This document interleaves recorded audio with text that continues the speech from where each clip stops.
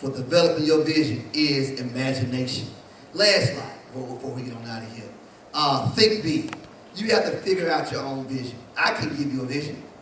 I can tell you what you're going to be in life. I can't do that. I don't know you that well. I don't know all the hairs on your head. Jesus said he counts, the Bible said that God counts the hairs on our head. He knows everything about you. I can give you a vision. For that, you're going to need one, a little bit of dreaming, a tad bit of courage, and a pinch of boldness. You got to be, dreams and success is not for timid people. Oh, that's the truth. Success is not for timid people. And I know y'all want to bring out Moses real quick. But Moses had to come out of that though, didn't he?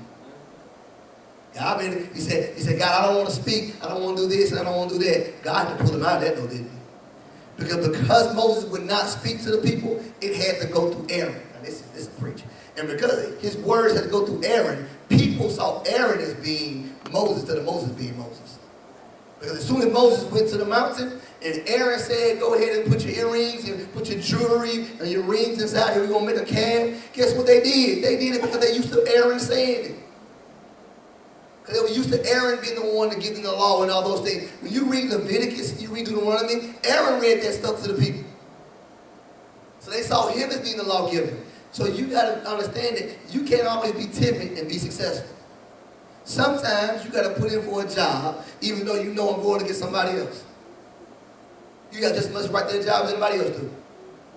Sometimes you have to do those things. It's not always about the timid person. You have to something come out of that timidity. But the Bible says that God has not given us a spirit of fear. Amen? The idea is to think outside the box. The box may be your shyness. It may be your fear. Or any other limitations set by yourself or others in the pursuit of your dreams. Sometimes we don't have our own fears. People put fears on us sometimes. They put their fears. Oh, I wouldn't do that. You sure you want to do that? Be careful sometimes who you tell your dreams to. Be careful sometimes, you know. It's always good to have somebody there who is a sounding board, who can give you logic, you know, and talk about, you know, what you know, give you some good counsel. But don't give your dreams to negative people. The Bible says, do not carry this pearl before swine. Everybody don't have that mindset. I have about 3 good friends, and it's funny that all of them live away from me. One in Jackson, one in Oklahoma. Then one was in Denver. He moves around a lot. Maybe in Houston now. But whenever we call each other, we talk about our dreams. We talk about what we got going on. I call Elder Woman a lot. We'll talk about our dream. And we'll talk about it, and we'll say, look, man, you know, I heard this on television, I heard that, but we're never negative. I may tell you what I think about it. I may tell you, man, I've heard that's a pretty risky thing, but I'm never going to be negative. I'm always tell you when you get through, if God say do it, go do it, man. Don't give your dreams to negative people. Amen? Because they'll box you in. Imagination can build anything. Imagine big accomplishments, and you will be big. Imagine small steps, and you're going to be small. However you think is what you're going to be. There are people who think big, they become big. People who think small, they stay small. Amen? That's why sometimes I tell you it's good that we have television. Because sometimes you can stay in Heidelberg and you can get small-minded sometimes. That's true. Sometimes because nobody else is doing it, I can't do it. Nobody else is trying it, I can't try it. It's good to have television sometimes to see what other people are doing right there in small communities just like us. Who says you can't? If you're going to dream, you might as well dream big. Amen? Anyone have any questions? Any comments on that before we move on? Amen? Let's go to the last one. Now, I want you to show you a person. This is Henry Ford. What did Henry Ford do? Assembly line. Assembly line.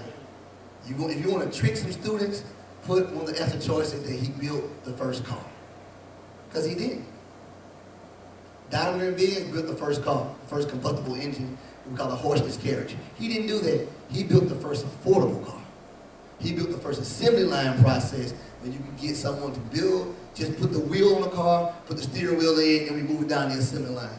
He saw a car and realized people won't be able to get this because they're too expensive. So what he has to do now is find a way, imagine something not even there, and make an assembly line.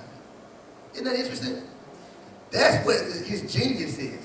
It's not always he made something, he invented something. He found this invention, said, let me take it to a different level, and so I'm going to make it where everybody can just about afford this by making an assembly line. He said obstacles are those frightful things you see when you take your eyes off your goal.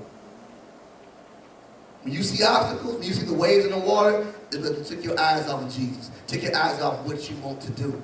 There are all these obstacles, but they're there when we take our eyes off of our goals. Amen? What's interesting about Henry Ford, I'm going to throw a little history inside of here. Henry Ford and John D. Rockefeller and Vanderbilt, all these J.P. Morgan, all these rich guys, right? You know what I found out? They weren't really after money.